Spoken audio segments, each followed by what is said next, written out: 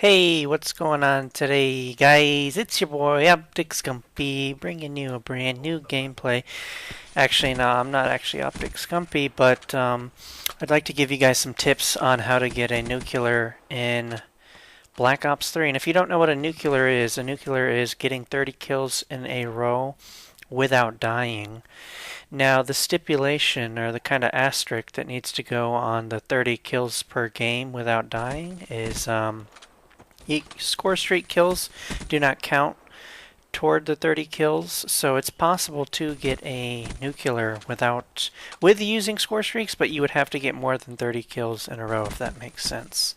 Um, but in free for all, you can only get since it's up to 30 kills. You have to get them all without using score streaks. So that's what I do in this gameplay, and I'm playing some pretty bad players. And I want to make a really quick point. Before I start giving out the nuclear tips, the gun that I just picked up, this M8A7, is really awesome. I don't really necessarily know it at the time, but it has like five attachments and a reflex sight, which is my favorite sight. So I mean, this gun is a tank. It really is. Works out really well for me. I'm so glad I picked it up, and I think I actually end up getting more ammo from it from the same guy, from this guy right here. There you go. So let's get some tips because this actually is a pretty short gameplay.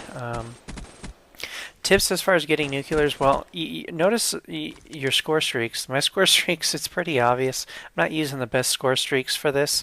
The reason why I'm using RCXD or HCXD, UAV, and then care package is just because I'm trying to get score streaks with the combat focus because I'm going for challenges and stuff.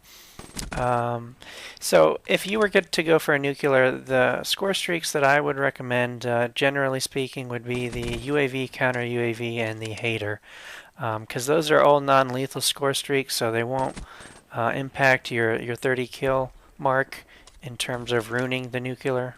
But also, try it in different game modes. Don't just try it in free for all, because free for all is probably one of maybe the most difficult. Aside from like search and destroy, where you can't really get a nuclear in search and destroy, it's just kind of impossible.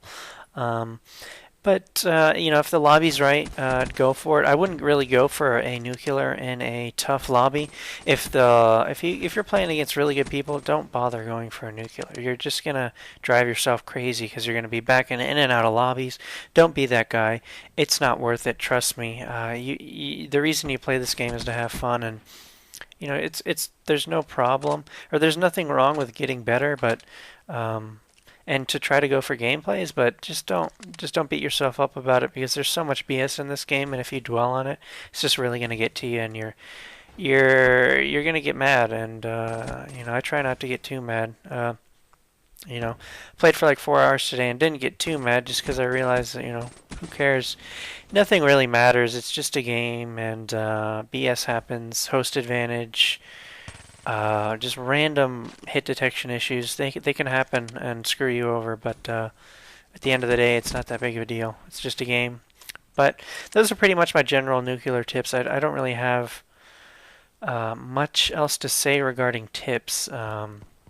This is just a short little gameplay that features a nuclear, and I was pretty pleased with it. I ended up trying to go for it after probably around 10 kills. That's pretty much what I do if I'm going to possibly try to go for a nuclear, because I don't have that mindset when I'm playing. I just wanted to leave you on that.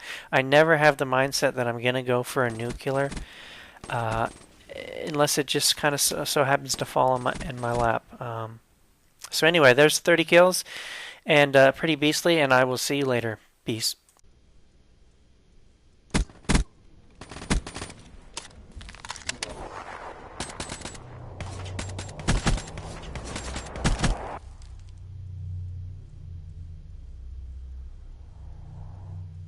The 54 Immortals crush all opposition.